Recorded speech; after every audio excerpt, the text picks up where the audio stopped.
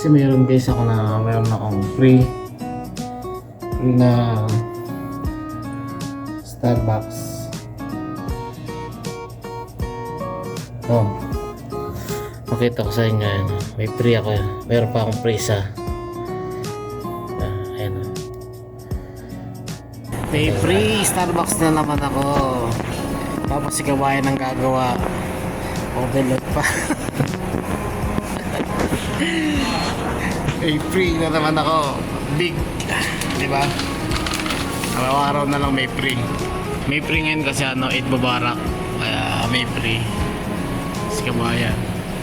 Overload na naman yan.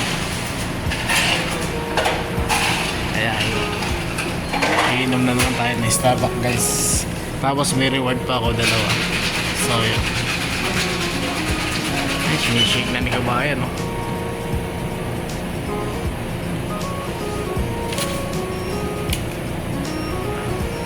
Yummy na naman. Daming karamel nilagay ni kabayan, no? Diba? Dami na naman karamel nilagay ni kabayan. Up and down pa.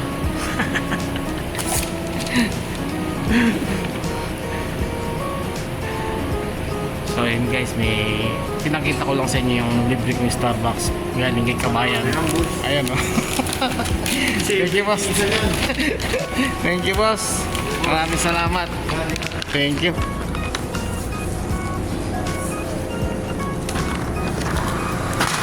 So yun guys, ito yung libre ng kabayan. At tayo iinom ng kape.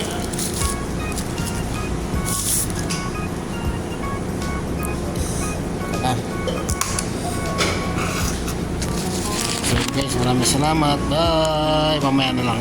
Dahil may free na naman ako, syempre ipiplex ko na naman sa inyo yung free Starbucks ko. Okay. Syempre pagkatapos ko magtrabaho sa init, magwalis, maglinis ng sakyan, mag-vacuum, mag-brush, syempre magpapalamig muna tayo sa Starbucks. Syempre may libre kasi napagod tayo. So syempre kung hindi libre, hindi ako makakabili kasi wala sa budget yan, di ba?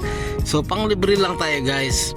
Kaya yun, hindi ko piniplex yung Starbucks. Sinasabi ko lang pagkatapos ko mapagod sa initan at magtrabaho, tuloy-tuloy magpapalamig lang tayo sa Starbucks. Yun lang. Pero hindi ko pinopromote to Baka sabihin nyo pinopromote ko si Starbucks. Hindi.